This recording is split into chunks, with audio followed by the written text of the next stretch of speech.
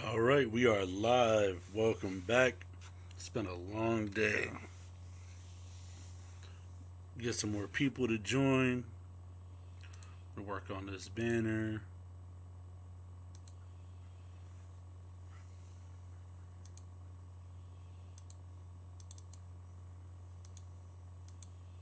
I wonder if I could add people to this live stream.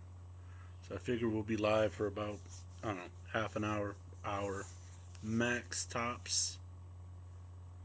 Um, because I still got to go take a shower and go to bed to get ready for work in the morning, which is in a few hours. So, welcome to the live. Welcome to the live. I am trying to figure out how to do this. Make sure you chime in the comments section. Let me know you're here. Smash that like button. Let me know you are here. What I should do is put on my headphones. Make sure I can. What's up, Peter? Let me just make sure I could hear myself on live. Welcome to the live. Welcome to the live, everyone.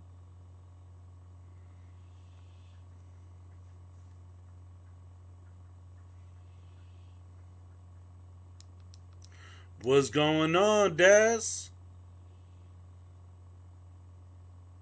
What's up, Snub?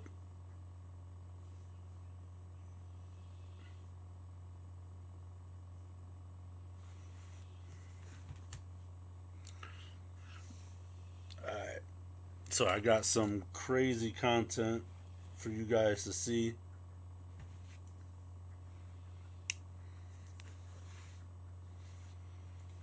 I just picked me up some Ghirardelli chocolate squares.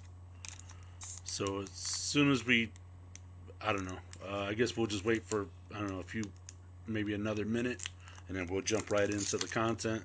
I got a crazy video to show you guys.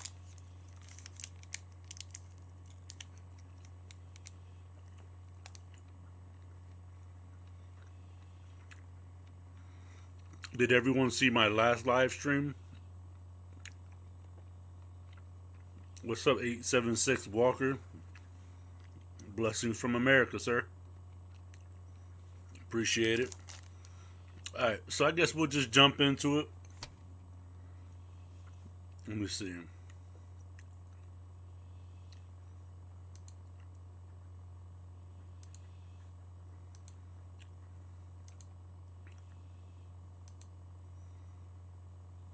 Alright.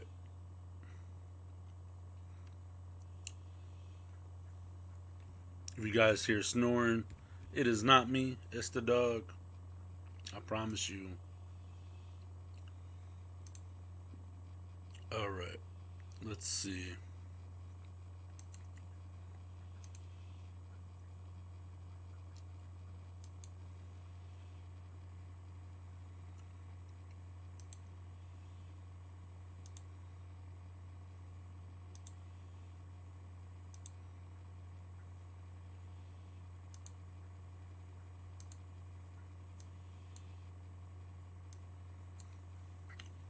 Let me open up my phone so I can read the chat while we're doing this. Alright, so I saw this video on TikTok, I think it was yesterday. Let me know if you guys down in the comment section can see the the video up on screen.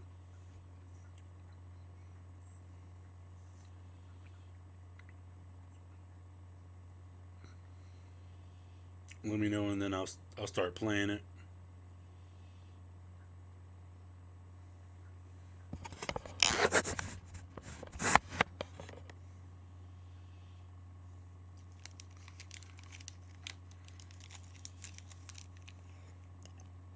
All right, cool.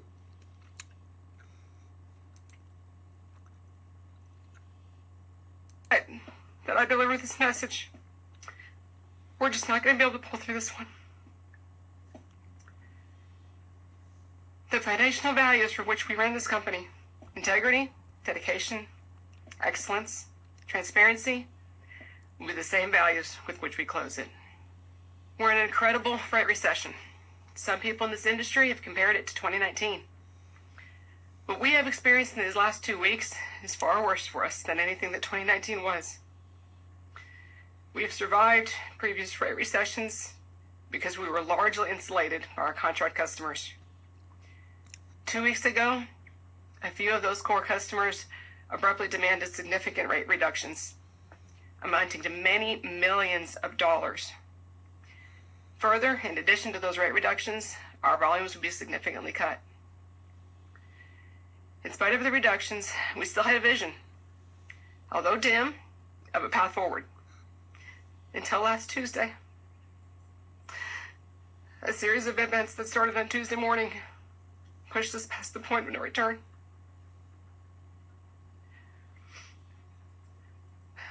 One of our largest customers pulled a significant percentage of our freight Tuesday morning, instantaneously. This had an immediate and very devastating impact on our ability to make payroll, let alone cover overhead, truck payments, other expenses.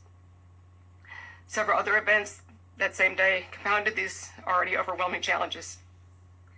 In an incredibly weak freight market, we are simply unable to replace this lost freight with enough profitable work for us to be sustainable. Our execution and performance for our customers has always been superb.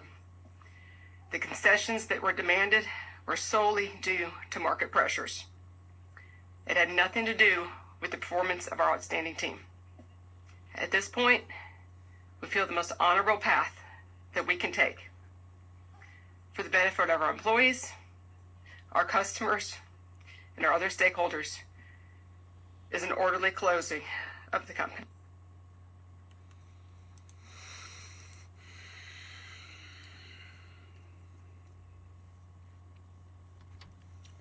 So I felt like that was a lot to take in. I really do. So what did you guys get from that? Like, let's share some thoughts here.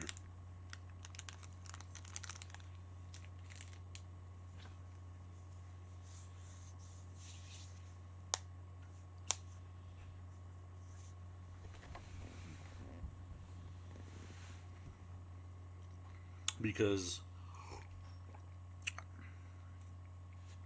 I think that for all of her the majority of her primary customers are pulling out at the same exact time. It for that whole cushion to be gone, that's enough to send someone. That's enough to send someone packing, really. Did someone die? No.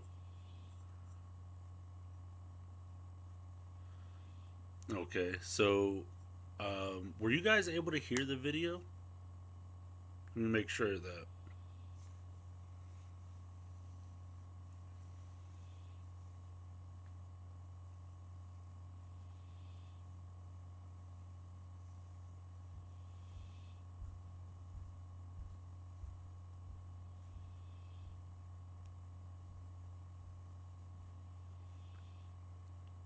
Were you guys able to hear the video? Because if not, I have to fix the setting again. So she was talking about her trucking company closing. So she said that most of the smaller business she had that left didn't really affect her company. But she said pretty much all her bigger customers that provided cushion for her company decided to ask for significant rate decreases that would have totaled to millions of dollars in lost revenue. So she said her most major customer, well, all of her major customers all came together at the same time, requesting a major rate decrease. And then as of Tuesday, as of the recording of this video, so Tuesday, not yesterday, but I think this video is like at least a week or two old. Her most significant major customer decided to just pull out. Her major customer decided to pull out. And with that being said, they have they did the math and they realized that under the circumstances that they are running with all the truck payments, the fuel, the insurance, stuff like that, that they can't sustain. Never mind the salaries. So she said that once her most major um, her most major customer pulled out, she decided that that was going to be the end of the company, because the spot market, which is the market that we ran on as a company, which are loads on the load board, those are those rates aren't good enough to sustain a trucking company of her size. So if she can't sustain a trucking company of her size, it sounds to me like she has more than one truck, and she had, keyword past tense, had dedicated freight or dedicated contracts that all decided to pull out at the same time because they wanted significant rate decreases. She just can't compete with other competition, because that's where they went. So people are struggling all across the board, even major carriers. Now I could pull it up. There was a major carrier that just decided to close their doors. They weren't like a super mega carrier, but they were pretty big. Decided to close their doors, I think, last week, or announced it. And then Knight Swift just merged with another trucking company, or just bought them out. I think I just saw that news today. So there's a lot of stuff that's going on in the trucking industry that consumers like you, the person watching, if you guys don't know, the reason why that I got into trucking is, whether it's raw material or finished product, one way, shape, or form, it was moved by an 18-wheeler.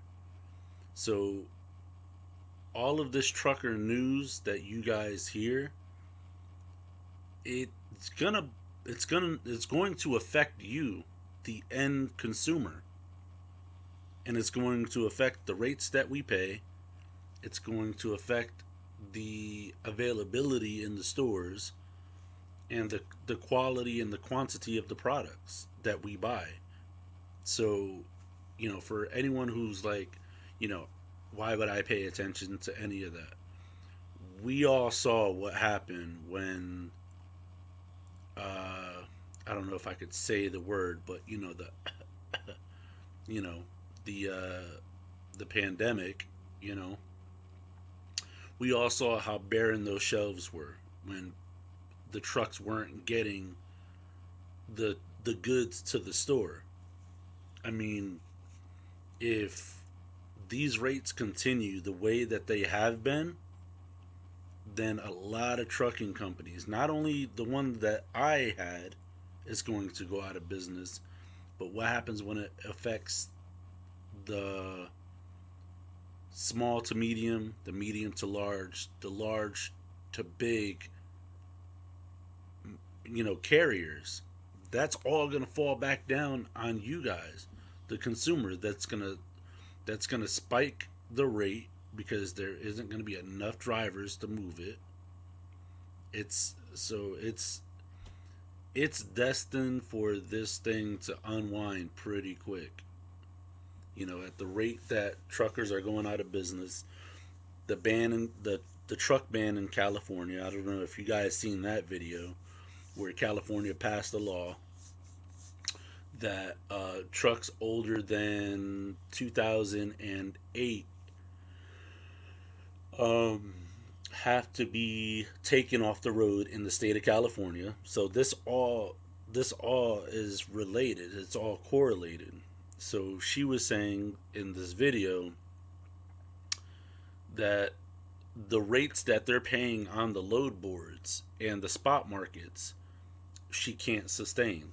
So if someone that, to me, it sounds like she owns her own equipment and she's not going to be able to make ends meet off of the spot market, and she's making payments on trucks to buy out the equipment. Any small business owner that rents equipment, you're in for it.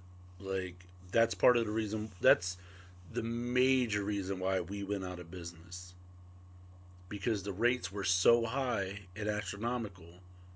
Just to rent a sleeper, they wanted over $2,000. So I just think it's so crazy that people who are owning trucks are turning in their keys. There are people that have been in this industry that own their own equipment. They're hanging up the keys and they're either retiring or they're gonna go do something else because the rates that are on the boards, they just don't pay. They just don't pay. And if us the drivers, we're not making the money and the wheels aren't turning and the fuel's not getting burned, then there's no money to be made.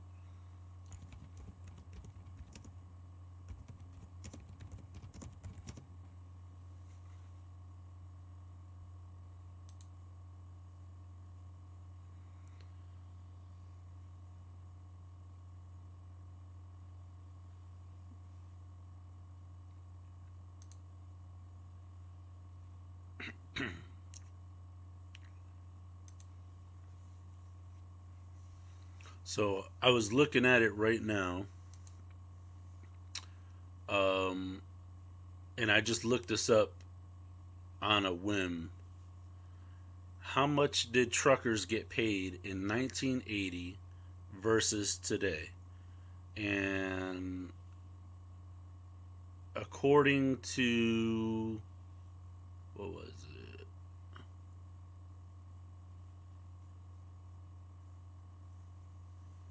Where is the source on this? I think it was driverwages.com.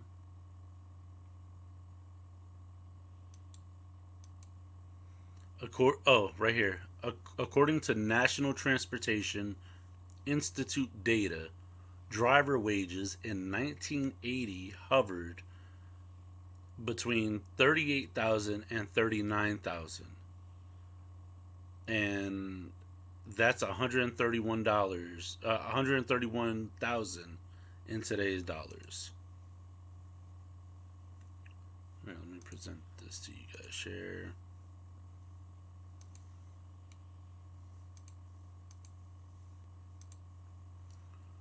So I said trucker pay from the 80s, and then right here, this might be sourced from Business Insider.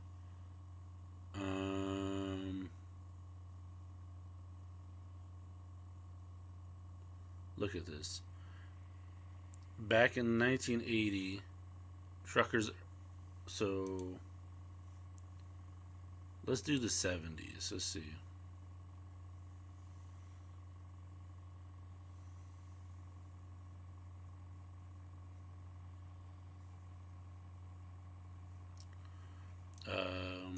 Let's see. Truck driver pay. Or I'll type in average truck driver pay in the 70s. Or we could do 80s, whatever. How much did truck drivers make in 1970? This was published on July 14, 2022. In 1930s, the average truck driver made more than $100,000 per year. While it is not a high quality blue collar job today,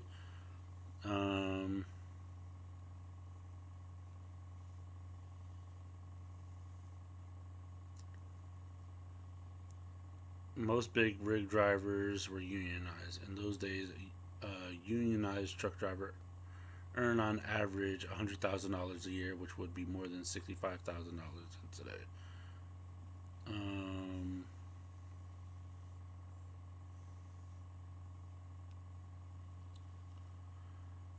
how much did truck drivers make in the 80s? Today's median pay is more than 50% lower than it was in the 80s.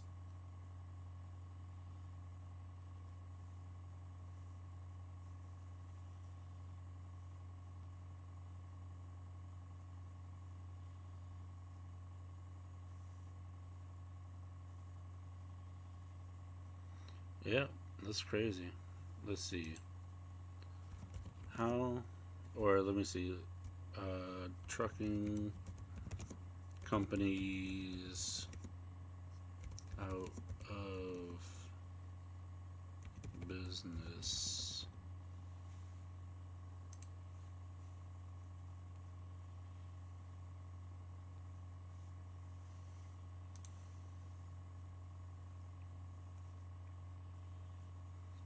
So this right here, shortage of drivers, that's BS. There's always drivers. It's just a lot of like new coming drivers, they want to be local. They don't want to drive over the road. And there wouldn't be a shortage of drivers if the pay, according to this, if the pay was better.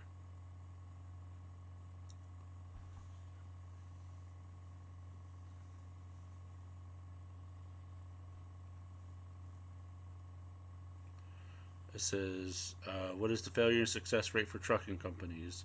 The trucking industry has a high rate of failure, but there's also many trucking companies that are thriving and achieving great success. Available data shows that approximately 85 to 90% of new trucking companies fail.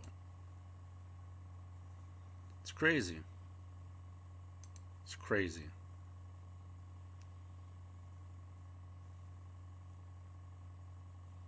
Yeah,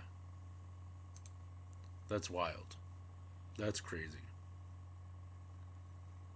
I don't know. So, how do you guys feel about that? What do you guys think that we can do in the trucking industry to improve, happier drivers, number 1, number 2,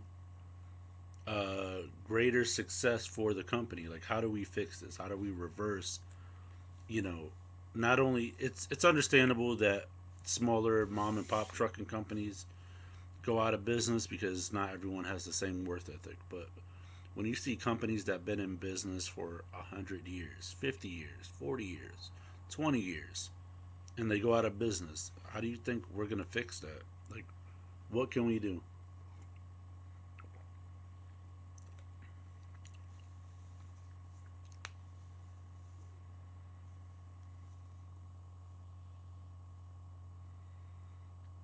Mm-hmm.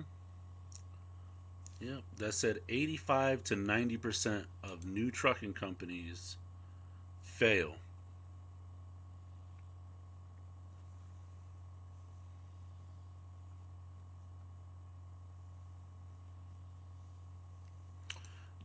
One of the things that I didn't really talk about um, was that when I was renting from Penske, right? And well, I never really officially went into depth about it.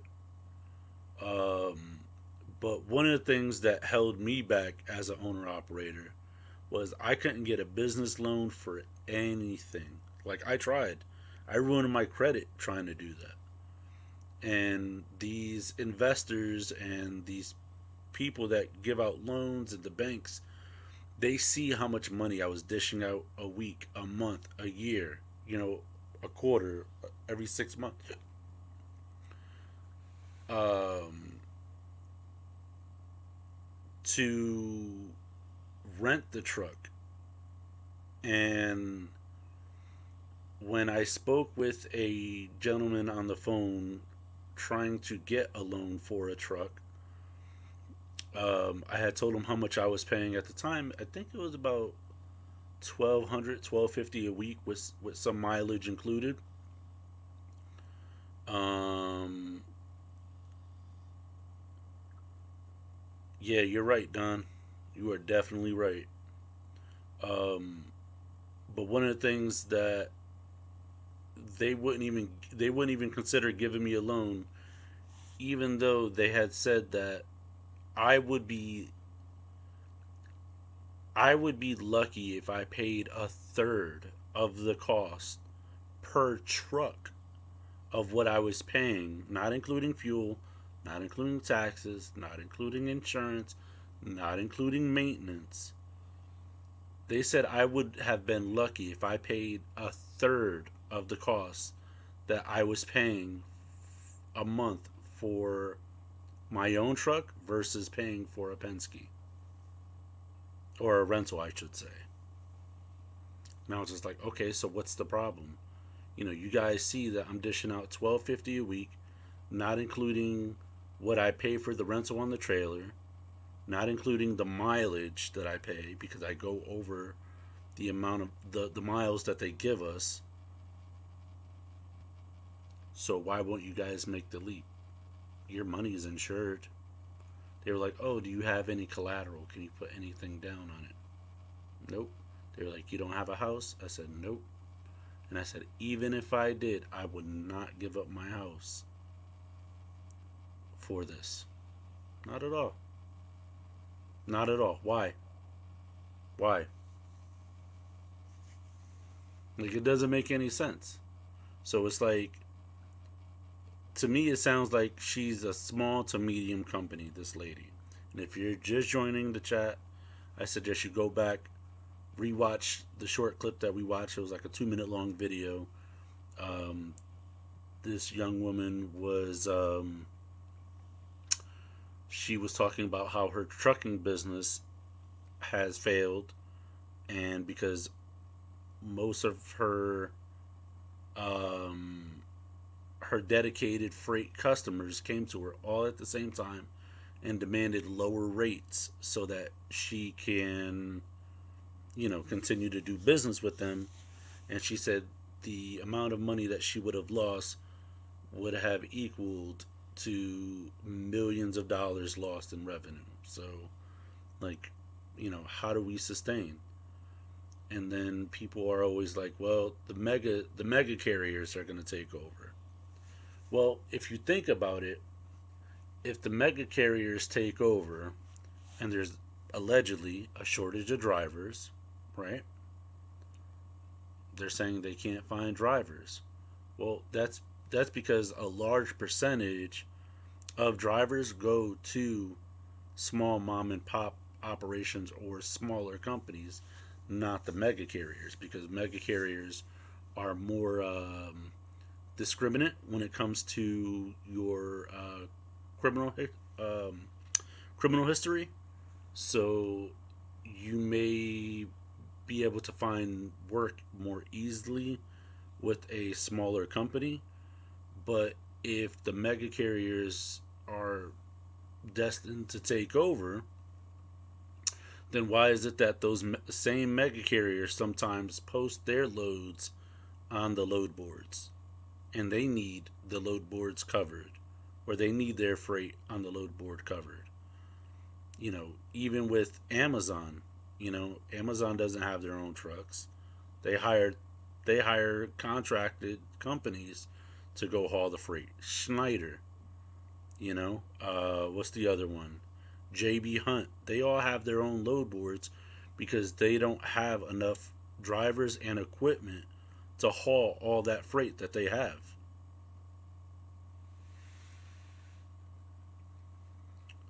Rick James said, "Sounds like a robbery company." What do you mean? What do you mean by that? But it's like, how are the smaller mom and pop trucking companies who rent equipment going to be able to afford that? Like, I seen a Penske sleeper with reefer a refrigerated a refrigerated trailer, and as soon as I saw the sleeper, I was just like, they're paying a lot of money for that. Like, how do you even sustain? You as a small business owner, how do you even sustain? You know, and it's like if you don't have dedicated freight, or if you don't have your own specialized small niche of services that you provide, you're gonna get outbid and lower bid by your customers, and then who's gonna feel that the most? The drivers, because no one's gonna be getting paid. And then, you know, if what they're saying is true, which I don't believe, but there's a scarcity of of um, of good paying jobs to attract the drivers that they want.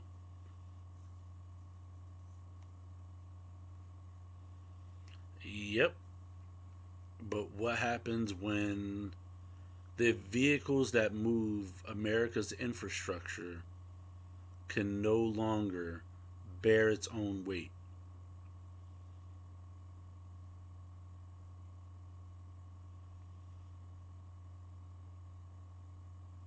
So truckers, we're already maxed out at 80,000. How much more weight do you want us to hold?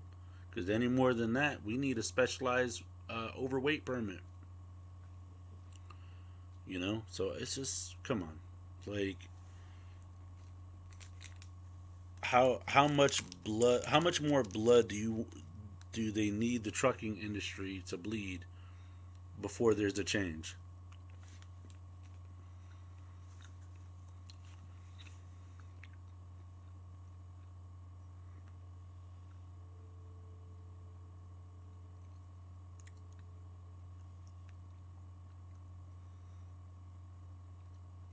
How much more?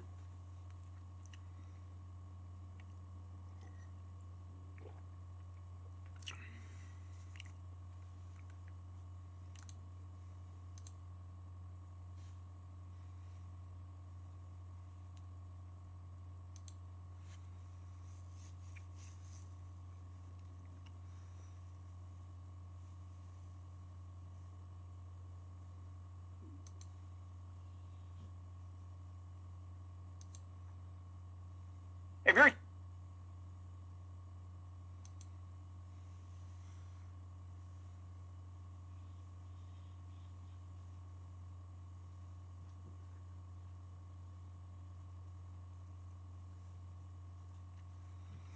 I mean, what are we gonna do about it? You know, I think that the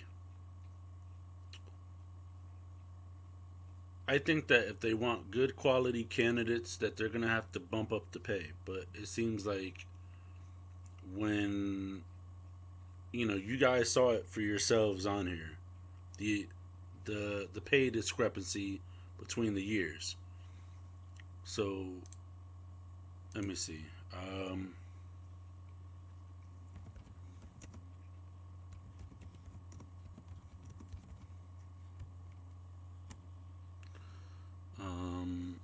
I'll do this. How much was the American dollar?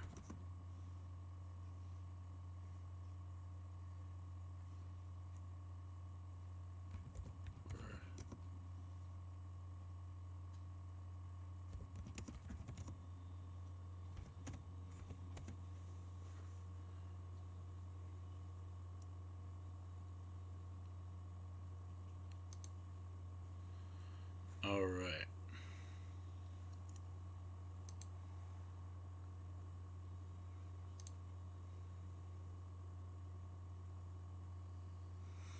Um, do you think you can safely carry 80,000 pounds, or is that a number they come up with? That's a number they come up with.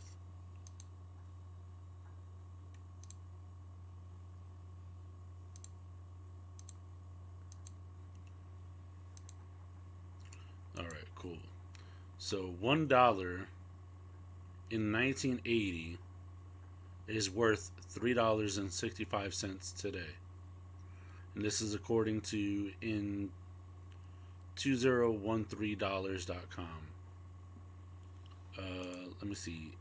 maybe I'll just look up inflation calculator. Inflation calculator, US dollar.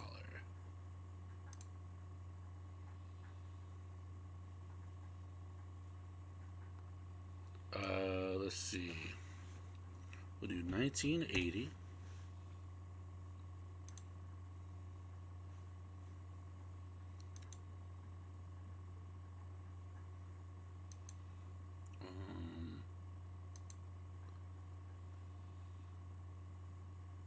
What the heck? Oh. Look at that. Look at this.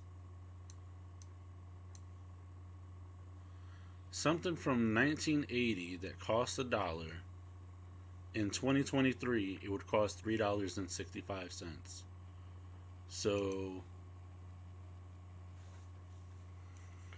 if by that math, right? Let's see, average trucker salary. Excuse me.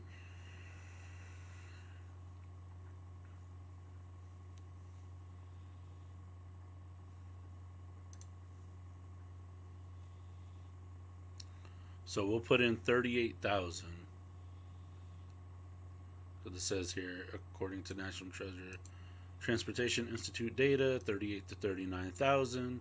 So we'll just put in 38,000 because not everybody's good. 38,000. Calculate. Us truckers would be making almost $140,000 a year in today's money, or at least that's what we should be, with the rate of inflation. And let's see.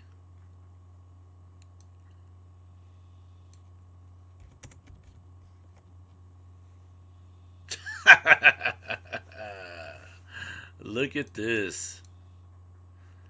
Average trucker salary in 2023. The average commercial truck driver salary in Connecticut is $61,000. So that's less than double.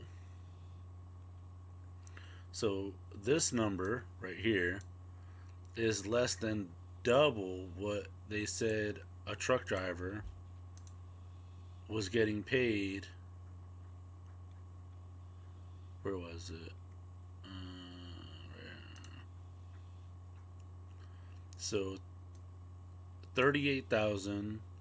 So that means that it would be 76,000. So if you double this number, it would be 76,000, and we're still making less than double. So if they say that there's a driver shortage, I use these air quotes strong. If there's allegedly a driver shortage, let's start off with the main issue right here. So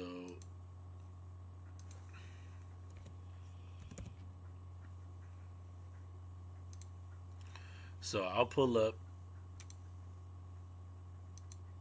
What was it? So just to show you guys, right? 38,000. So you guys know that my math isn't wrong. Equals 76,000. So if we do 76,000 minus or divided by, I'm sorry. How do I clear this?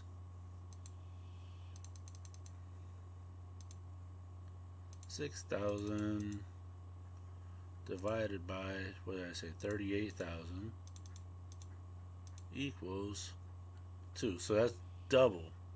Oh wait, did I just do the same math twice?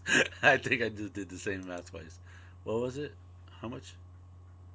Oh, so yeah, I was supposed to subtract it. So 76 76,000 minus, what was it? 6179.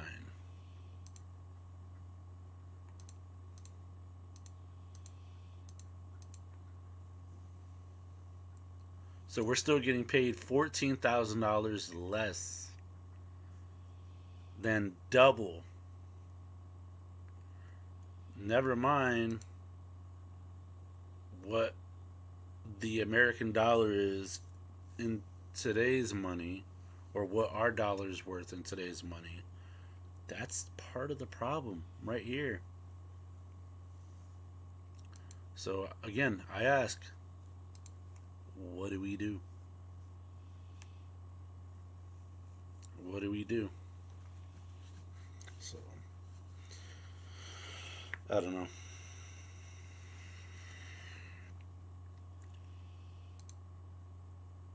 If you're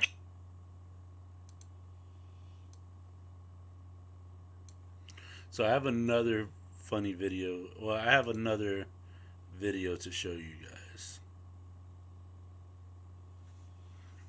Let me know when you guys are ready.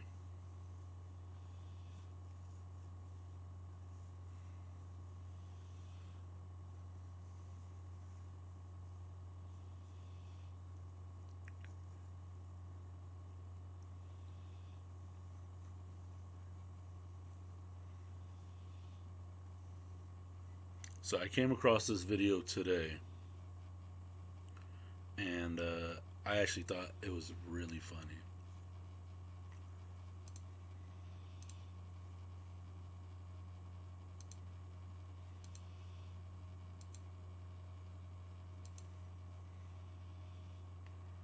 I want you guys to tell me what's wrong with this. a truck driver, I want to share a good tip with you. How often do you grease your fifth wheel? Myself, I grease mine probably about once a week, if not twice. Let me tell you something. These fifth wheels, this is complete iron. It's steel, and you have a trailer that sits on top of this, and this is not lubricated. That puts a lot of friction, a lot of wear and tear on your steer tires and your kingpins. And I tell you, the steer tires, you can buy generics for 300 to 600. Name brands anywhere from 600 to 1200. Kingpins, they're probably running anywhere between 2,000 to 4,000. But you know what? That's really totally unnecessary when you can pick this up less than 20 bucks. The grease gun, 15, and the grease itself maybe 3 or 4 bucks. You know, 5 minutes worth of your time. Do this twice a week. Let me tell you something. You are going to prolong the wear and tear on your kingpins as well as your steer tires. Now, I'm not saying eventually, if you don't own a truck for a long period of time, you will have to cross this bridge one time or another. But I tell you, as being the truth of a trucker, why cross a bridge if you don't have to? Drive safe. Alright, so can anyone tell me what is wrong with this video? Can anyone tell me what is wrong with this video?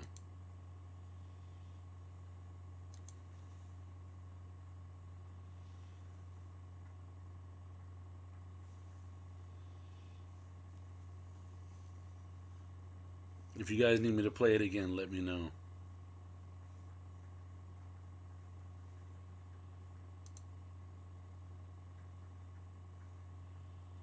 Thank you, Don Henry. I just put that up on screen for you.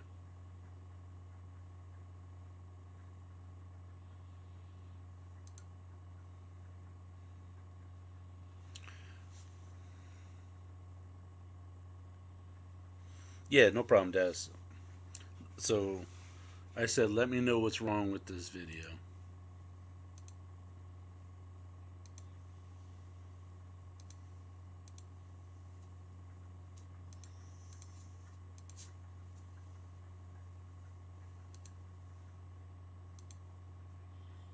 If you're a truck driver, I want to share a good tip with you. How often do you grease your fifth wheel?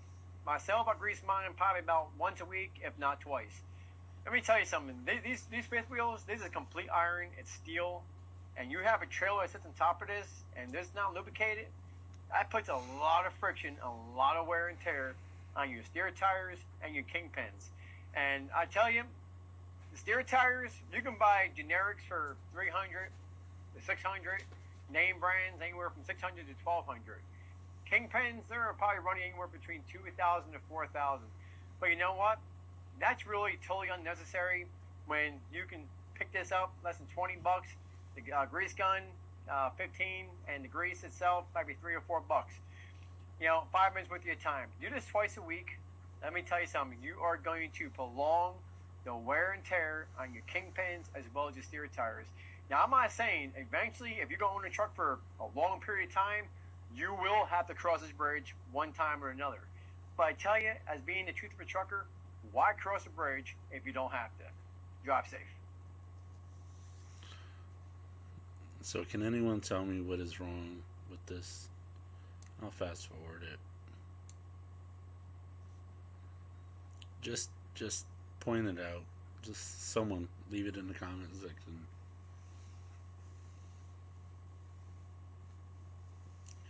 Jeez. I don't know how long he's been doing this, and there's really, there's a right way and there's a wrong way, and then there's like a convenient way, and then there's a way that you're wasting my time. So can anyone point that out for me?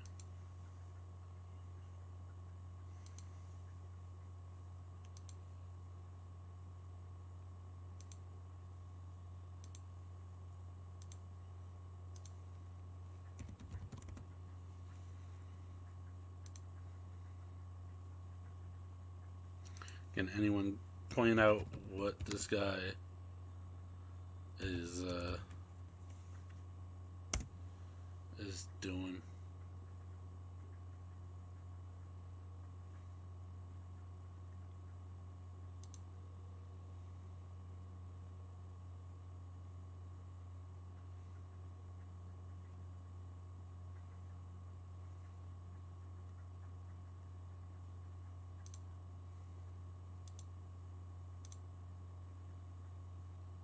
What's up, Kurt?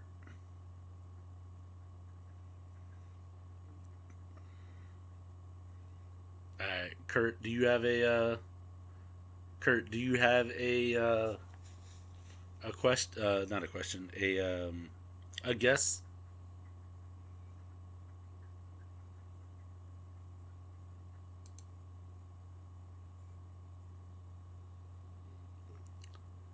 So that's part of it right there, Daz.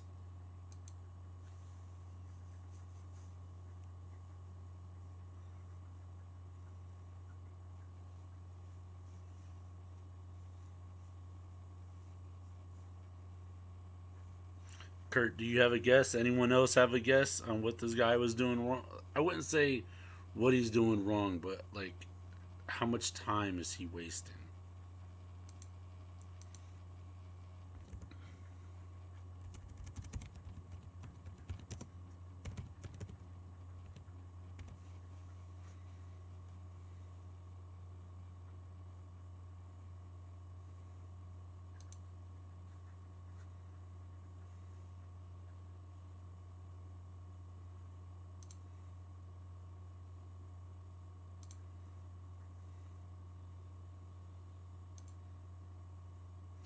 Oh, all right. So I'll, based on this video alone, this. Oh, wait, let me see. I'm gonna have to share. I'm not gonna play the whole video again. 'Cause it's like a minute-long video. Jesus, criminy. All right, so this guy, I'll just scroll through it, and he's talking about greasing your fifth wheel will save the wear and tear on your steer tires, the cost of the steer tires, and the kingpins on your steering components and the on the tractor. And he said it's going to put a lot of wear and tear on your fifth wheel if you don't grease it. He said 1 to 2 times a week. He said it's probably a $15 to $20 grease gun, a $3 to $4 tube of grease, and 5 minutes of your time 2 times a week, up to 2 times a week. So what is wrong with this? What is he doing?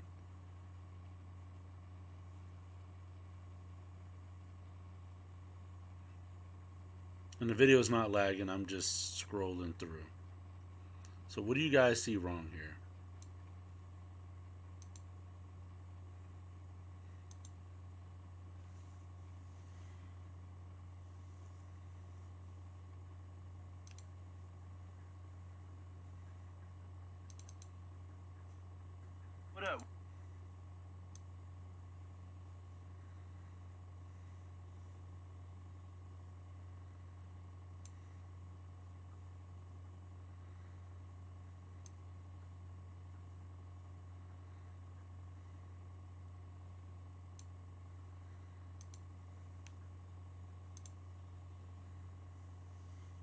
All right. Not only do you not have to grease your fifth wheel 1 to 2 times a week, but you might have to if you're this guy. And I'll show you why. This is so good. I was I was like I couldn't tell if this guy was trolling or not. So oh okay, Kurt. Gotcha. So I couldn't tell if this guy was trolling or not, right? But there's two really quick and efficient ways to grease your fifth wheel. They don't take 5 minutes. It's a little bit longer than that because you gotta disconnect the trailer, right? The first and probably the easiest way is this way, right here. This little pack that you guys see on screen, it's it's about yay big, and it's a pack of grease. And if you read the directions, it says do not remove from pouch. Place one envelope on each side of kingpin on trailer or on each side of fifth wheel plate near the base. Permatex fifth wheel lubricant will burst upon engagement between tractor and trailer. So look at that. You put one on the left side, right here, put one on the right side, and you reconnect your trailer. That's it. And when the trailer recouples with the fifth wheel, right, and it locks on, the weight of it will squeeze out the grease. And as you drive and as you turn, it'll smear itself, right? But let's just say you guys don't have those, right? Let's just say you don't have those. Hello, I actually have a video on a, it is the no mess method of greasing your fifth wheel, besides doing it with these packs of lubricant. And I'll show you guys really quick. I just fast forwarded it. So you get a tube of grease, right? It looks like that. It's called Red and Tacky. You pop it open like some Campbell's soup, right? And this is like a 5-minute video.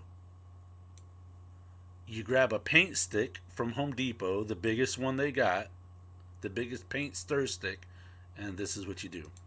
What you do is just take your paint stick and just shovel. And you want one this long, so that way you can reach the other side, you know? And just a little dab do you. A little dab do you. So, just make sure you get the stick in the can, just so that way you're not spreading it all over the outside of the can. And you always want to work like farthest to closest. I'm not sure if we're going to use the whole can, but we'll see. We'll see how it looks when we spread it out, you know. So yeah, leave it down in the comment section how your day's going. Mine's going pretty good. I got a 6 to 10 time window. And so I'll pause it there. So you guys get the gist. I ended up using the whole can. Whatever. The grease is going to spread. And then if that doesn't work, if you're at a mechanic shop, right, and you already got the trailer decoupled from the tractor, you put on some gloves. This is what I used to do when I go to Penske and I needed, I was there for service anyway. I would take a glove and I would just fill my hand up with grease, or I'll put grease on. We used to rip off pieces of cardboard, and they had grease that came out of a grease gun, and you just spray it onto the cardboard, and then you just go over there and glop it on like you're an amateur cake maker at home. Or some places in the other shop that I used to go to, they had like a barrel of it. So you just put a glove on, you scoop it out, and you smack it, one on each side. You try to smear it around, and then that's it. For this guy to put it to do all the work to load up a grease gun and then pump it out onto the fifth wheel like he's doing borders on a cake, you're just wasting time. Don't tell me that's going to take 5 minutes when that takes a lot longer. A lot longer than 5 minutes. I just feel like, geez, people will do anything to make people's lives extra complicated. Extra complicated.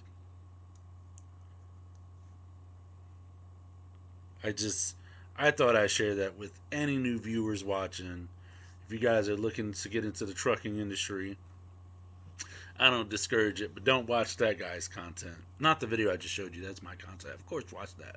But like, if you're at like a regular retailer and you're doing it with common items, that's the whole purpose of the tutorial. Like, if it's not common practice for you to always be at a shop, or you don't have a barrel of grease near you, I go to Home Depot. I pick up a pack. Let me see, Home Depot.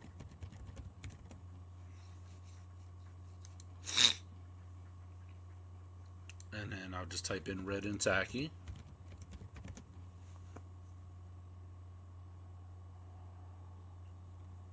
Alright, I'm not making this up. Hold on. Watch this.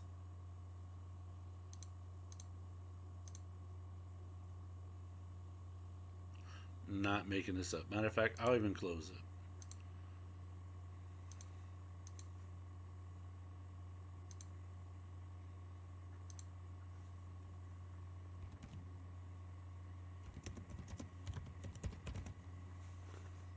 Type in the red and tacky grease, right?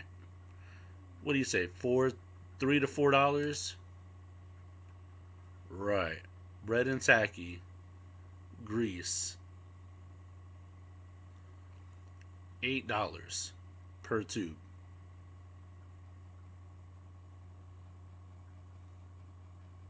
So I feel like not only is there a lot of misinformation there, but I don't know what this guy, and there's no hate on my part. You do what you want to do. It's your truck.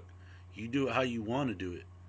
But if you're posting how to and good content videos,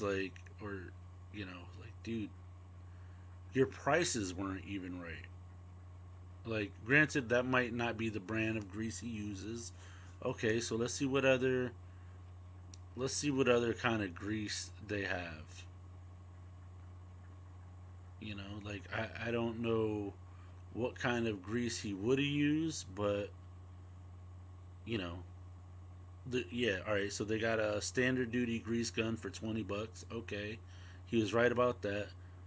But I don't know what kind of the grease he used was like a greenish color. So granted, maybe the grease he uses is the greenish color one.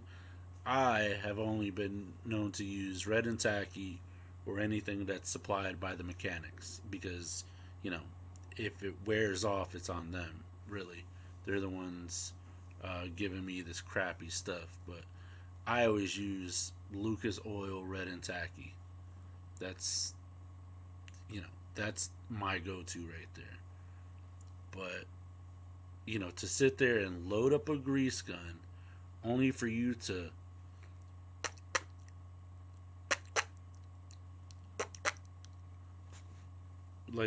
you're doing too much. Just grab a paint stick and you just smear it on, sir. You'll be fine. The reason why you don't want to glob it is because what can happen is, let's say you do glob it, right? And you don't spread it. What will happen is that because you have such high points in the grease, when you go to reconnect your trailer onto your fifth wheel, the trailer apron, which is the plate of steel that comes that's underneath and wraps up the front of the trailer only for a little bit can basically scrape the grease off, so it kind of defeats the whole point. Like, it's useless. It's useless. So I don't know. I just feel like this guy was just he's doing too much, and the results are not spectacular.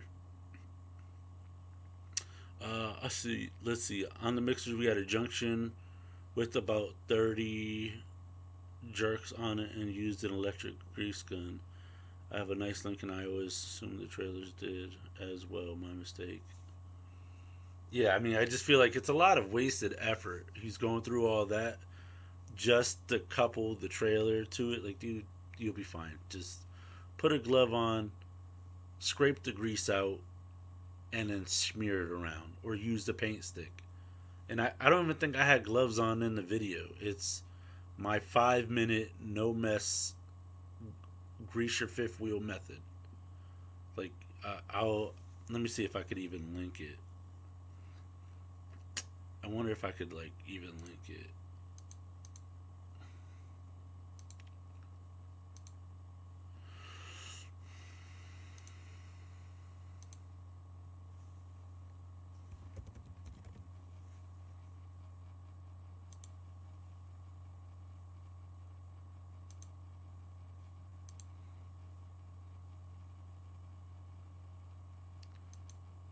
Yeah, I wonder if I could link the video. Let me see if there's a way.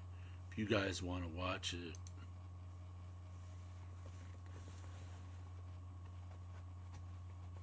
Should the old grease be cleaned off, or it doesn't matter. As long as there's no metal in it, it's not gonna matter. Same thing with those packets of grease. When you put one on either side, even after the the grease is expelled from the packs, those plastics will just grind down to nothing. If not, they'll just get spit out, and it is what it is. You know, that's what highway cleanup crews are for.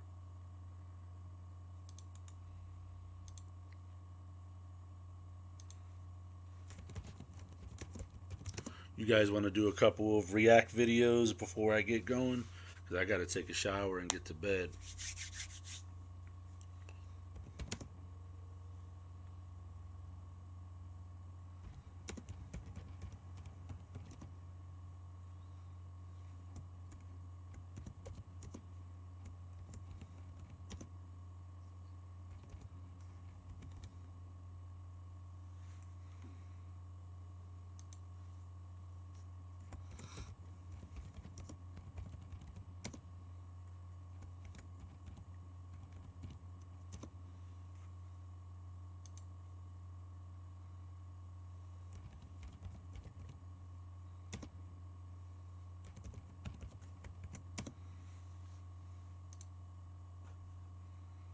All right, let's do a couple.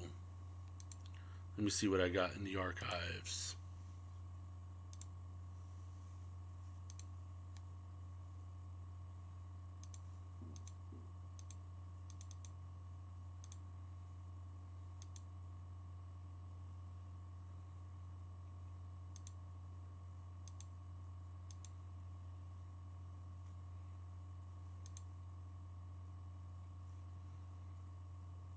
You guys want to do some funny ones or some serious ones?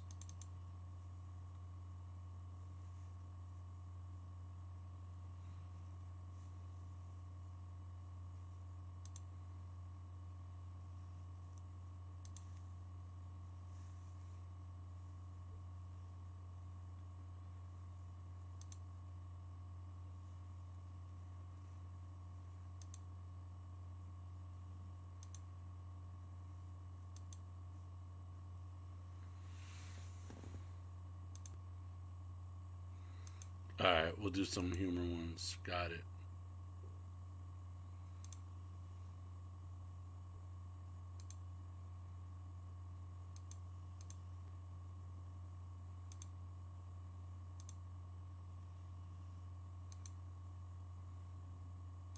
I got you guys right now.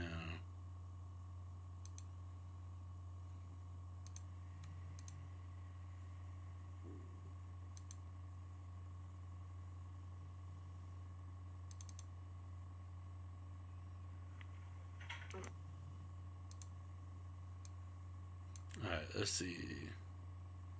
I saw this video, and guys, when I tell you, this video had me legit dying. Like, this is what every guy says to their woman when they have suspicions about how they acquired a specific tool or how much we paid for something.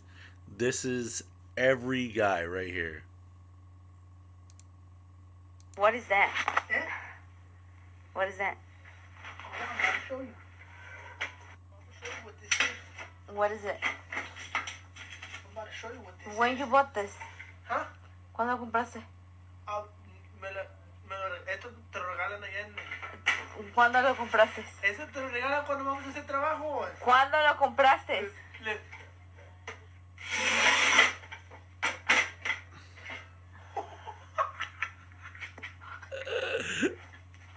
Okay, how much was it?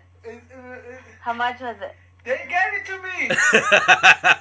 They gave it to me. Like, hey.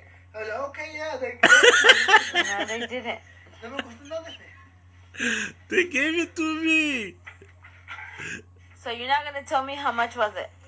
Que they gave it to me. I don't believe you. Why? How are they gonna give you something like that? Just tell me how much was it. It's like que yo no pagué nada. It's like Tuviste que haber pagado cash porque en la tarjeta no sale. it's like $30. Probably like $30. Cash. Yeah, like $30.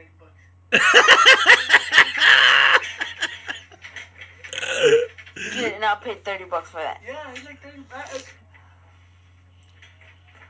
Okay. Oh my god. This guy is too good. He's so smooth with it. So smooth with it. Oh man, you guys ready for another? We'll do like 2 more. Let's see.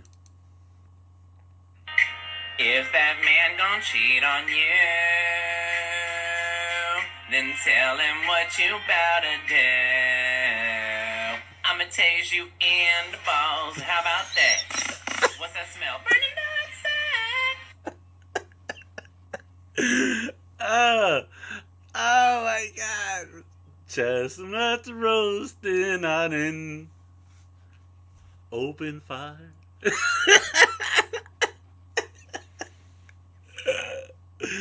Oh my god. That's funny. Let's see what this one is. Hey, y'all know what's brown and sticky? A stick? Hey, don't it bust you caught me right in the neck.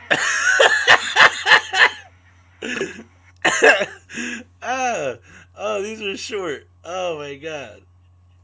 Oh my god. Yo, these guys are the greatest. Oh my god.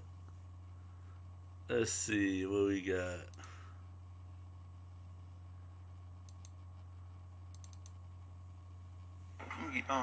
I was wondering, what's the easiest way to steal stuff? To be honest, I don't know. You don't know? Oh, okay. I should be getting me something if I didn't get it. Yeah, okay. That's what I was trying to figure out. What's your last name? Grinds. Grant. Hmm? Yeah, I work there. Yeah, these grape good. You want one? He just spent that man's old grape. These right good. This is some of Get some more. All right.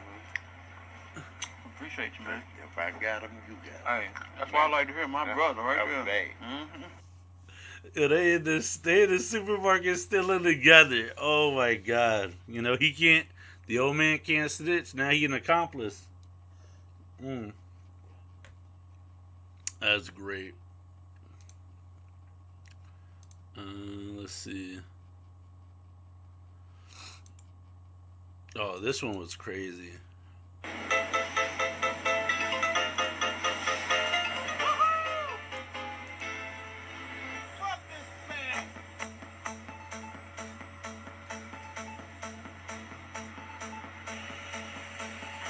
Look at that.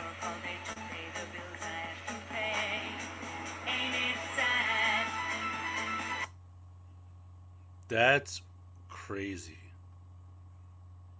What kind of vehicle is that? Does anybody know? Like, granted, yeah, it's like a fuel tank, like a fuel tanker, but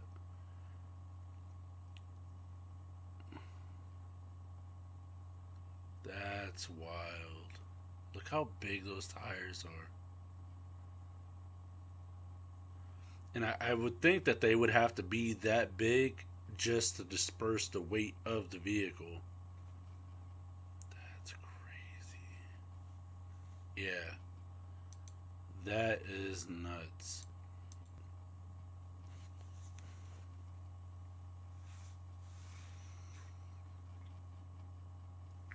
Yeah, ice road tanker. Yeah, that's right.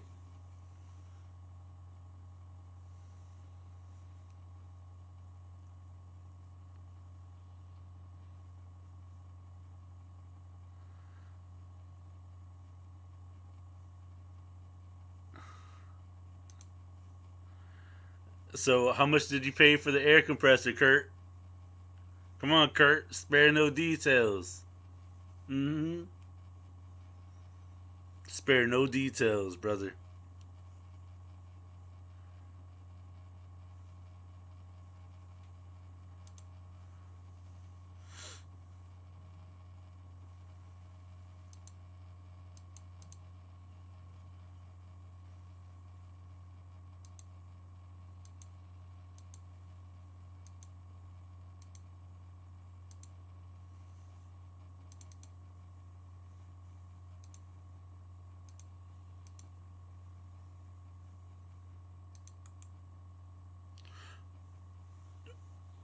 Kurt, what?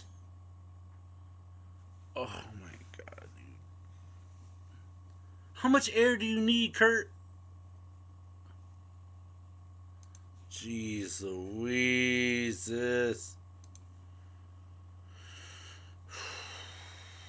That stressed me out. Kurt, why do you need a $3,000 air compressor?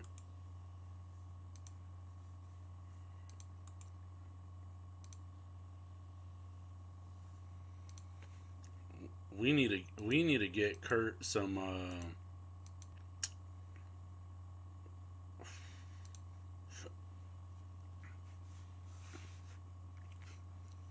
meanwhile Kurt's just blowing the corners out of his garage with, an air duster. Dang, Kurt. If you really need that much air to like blow the sawdust out of your corners to find every single 10mm socket, that's all you had to say. That's all you had to say, man. So I think that's going to wrap up this video. Sorry for the lack of content this week. I do greatly apologize. Tuesday is the busiest day that I have at work. Monday, I hung out with the kid for a bit. And just getting into the swing of things. Today, I actually went to I went to go look at another filming location. So I plan on starting editing the other content that I already filmed last weekend. This week. So it'll be a few days before that's out. And we're going to try to do a live Fridays feast this week. Oh, okay, got it. Alright, thank you for stopping by, Peter. I appreciate all you guys. And maybe I'll try to do a quick live tomorrow. And my stomach is grumbling. And I must go get my stinky butt in the shower. So I appreciate all you guys stopping by. If you guys found any of this information on this video helpful, entertaining, relatable, make sure you guys smash that like button, leave a comment down below. Thank you, Daz. I'll see you later. Be good, be safe. Kurt, I'll see you later, sir. Everyone else, shadow watching, I'll see you guys on the next video. Stay tuned for more great content.